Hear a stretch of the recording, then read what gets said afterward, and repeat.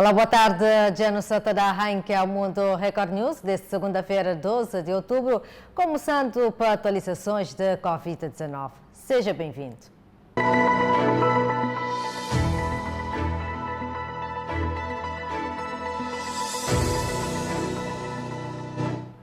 Neste domingo, o Ministério da Saúde avança que Cabo Verde registra mais um óbito e outros 159 casos de Covid-19. E ainda sobre o vírus, um estudo internacional afirma que pode e sobrevive 28 dias à temperatura ambiente. Em atualização dos dados da Covid-19 em Cabo Verde, neste domingo, o Ministério da Saúde avançou mais um óbito e o registro de mais 159 novos casos positivos da doença, sendo a maioria na ilha de Santiago. Quanto a recuperados, afirma que foram 11. O óbito foi registrado no Concelho de São Salvador do Mundo, interior de Santiago. O país passa a contabilizar 1.014 casos ativos, 5.981 casos recuperados, 75 óbitos e 2 transferidos, fazendo um total de 7.072 casos positivos acumulados. Sobre a resistência do vírus do SARS-CoV-2, um estudo realizado por uma organização de investigação científica australiana avança que pode sobreviver pelo menos 28 dias em superfícies lisas como o vidro, encontrado em telemóveis e cartões de plástico a 20 graus centígrados a temperatura ambiente. A 30 graus Celsius, as hipóteses de sobrevivência do vírus baixam para 21 dias em notas de papel e 7 dias em cartões de plástico ou aço inoxidável. Entretanto, se a temperatura for de 40 graus, o SARS-CoV-2 pode manter-se durante 48 horas em superfícies de plástico, um dia em vidro, aço, papel e plástico e menos de 16 horas em vestuário de algodão. O diretor do Centro Australiano precisou, no entanto, que o tempo de sobrevivência depende do tipo e quantidade de vírus, da superfície das condições ambientais ou da forma como é expulso do corpo. Afirma ainda que as proteínas e gorduras em fluidos humanos também aumentam significativamente o tempo de sobrevivência do vírus. Os investigadores esperam que a descoberta contribua para desenvolver estratégias de redução dos riscos em áreas de elevado contacto e para tentar compreender a aparente propagação persistente em ambientes frios com elevada contaminação de proteínas e lípidos. Ainda no contexto de estudos, o Banco Mundial afirma que países do continente africano estão fora de mercados financeiros desde abril. Isso devido à pandemia de Covid-19.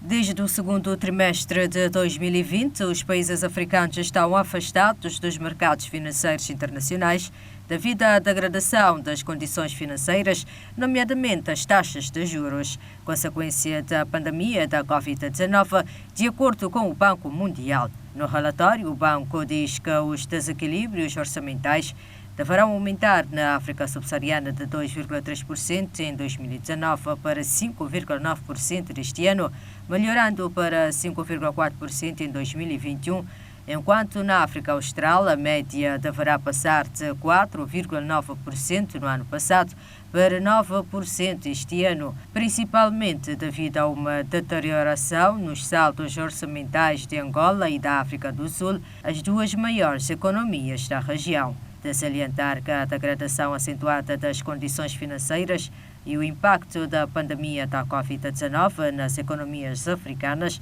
levaram muitos países a pedirem adesão na suspensão do serviço da dívida lançada pelo G20 em abril, com o apoio do FMI e do Banco Mundial. E depois de ser diagnosticado com Covid-19 e afirmado que já está recuperado, Donald Trump retoma campanhas falando para centenas de pessoas na Casa Branca.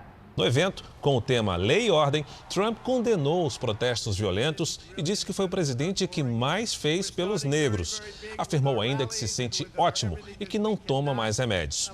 Sem falar de datas, garantiu que a vacina ficará pronta em breve. Trump também pediu para as pessoas saírem para votar na eleição. Voto de eleitores que nascem em outros países, mas que têm cidadania americana, se ganha cada vez mais peso na escolha para presidenciais nos Estados Unidos. Grupo de latinos é mais disputado para candidatos. Segundo um dos principais institutos de pesquisas do país, o número de imigrantes naturalizados, ou seja, com cidadania americana, que estão aptos a votar em novembro, não para de crescer. Hoje já representam quase 10% do eleitorado.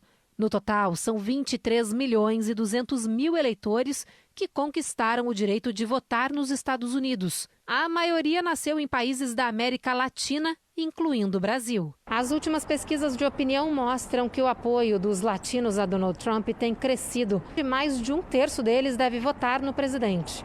Uma quantidade de votos que, de acordo com especialistas, pode ser decisiva para o resultado da eleição, já que essa população é expressiva nos estados onde a disputa está mais acirrada, como a Flórida. Força-tarefa Lava Jato decreta quebra de sigilo bancário de ex-presidente do Brasil, Michel Temer, de sua esposa e 2 de suas filhas. Todo o dinheiro movimentado nos últimos 16 anos pelo ex-presidente Temer e a família vai passar pela análise da Justiça. A decisão de quebrar o sigilo bancário de Michel Temer foi do juiz federal do Rio de Janeiro, Marcelo Bretas. Há 5 anos à frente da 7ª Vara Federal, responsável pelos processos da Lava Jato, Marcelo Bretas levou para a cadeia 5 ex-governadores do Rio e o ex-presidente Temer. Decisões que mudaram a história política do Estado e também do país. A prisão de Michel Temer, em março do ano passado, aconteceu em cumprimento ao mandado expedido por Bretas. O ex-presidente é investigado em supostos desvios da eletronuclear. Agora, as contas dele, da mulher Marcela Temer e das filhas Clarice e Luciana estão à disposição da Justiça. Além de Temer, outros nomes importantes da política viraram alvo de investigação pela 7ª Vara Federal.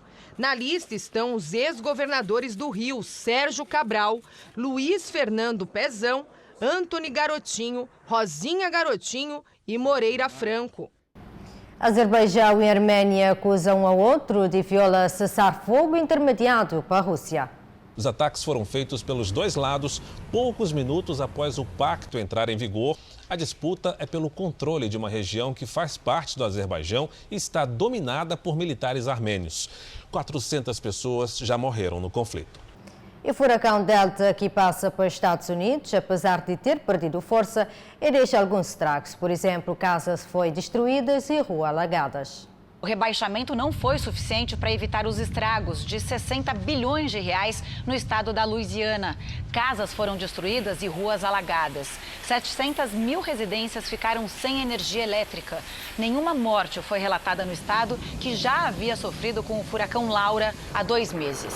Já no Brasil, concretamente na Bahia, foi decretada emergência em 73 municípios por causa de queimadas. As cidades atingidas pelo decreto estão na região da Chapada Diamantina e no oeste do estado, além de autorizar a convocação de voluntários para tentar conter os focos. A ação também dispensa a licitação para contratos de aquisição de bens necessários para combater os incêndios. Essa medida tem validade inicial de 90 dias. Enquanto que a polícia turca sim avança números e prende suspeitos de incêndio em floresta. As autoridades disseram que as chamas começaram com a explosão de um transmissor de energia. Afirmaram que há uma investigação sobre sabotagem. Os ventos espalharam os focos e obrigaram moradores da região a deixarem o local. E nesse fim de semana, manifestantes na Angola saem para ruas para manifestar contra invasões de templos e violência contra pastores da Igreja Universal. Luanda, capital de Angola. O Canto das Famílias é um protesto contra atos de violência, invasão a templos e pelo direito à liberdade religiosa. Integrantes da Igreja Universal no país organizaram a manifestação na região do porto da cidade. Nós viemos pedir o apelo à nossa sociedade para que olhem nessa situação. As outras igrejas estão abertas, a nossa só está fechada. Por quê? Já são 11 meses desde o início da crise que expôs cenas de violência nas igrejas de Luanda e do interior do país. Os ataques começaram em novembro do ano passado. Em junho, um movimento ilegal passou a ocupar templos à força. Aqui nós tomamos posse, a chave, tudo já está sobre as nossas mãos. Ninguém mais entra. Malange está tomado. Sinceramente. Nos ataques coordenados, pastores foram obrigados a sair das casas onde moravam. E as famílias se tornaram vítimas da violência. Até mulheres foram agredidas. Por trás de tudo estão ex-integrantes da Universal afastados da instituição, depois de serem flagrados ou confessarem a participação em atos imorais ou até criminosos. No começo de outubro, decisões de juízes de 2 províncias angolanas decretaram a restituição de posse de igrejas, casas e veículos que foram tomados pelos dissidentes da instituição brasileira. Impedidos de participar dos cultos, os fiéis fizeram questão de mostrar publicamente que se sentem perseguidos. O objetivo que nos fez cá vir é para que nós pudéssemos fazer sentir a nossa voz, o quanto nós repudiamos veementemente as atitudes. Angola é um Estado democrático, então cada um de nós tem a liberdade de falar aquilo que pensa. E o que nós pensamos é que a igreja, é essencial neste momento. A marcha desse sábado pelas ruas de Luanda foi pacífica e trouxe a esperança de que novas decisões judiciais permitam a liberdade religiosa em todas as províncias do país africano. Hoje somos reconhecidos na sociedade em função do trabalho social que a Igreja Universal tem feito. Por isso não podemos de maneira alguma pactuar com esse tipo de ações perpetradas de forma criminosa por esses pastores dissidentes e ex-bispos.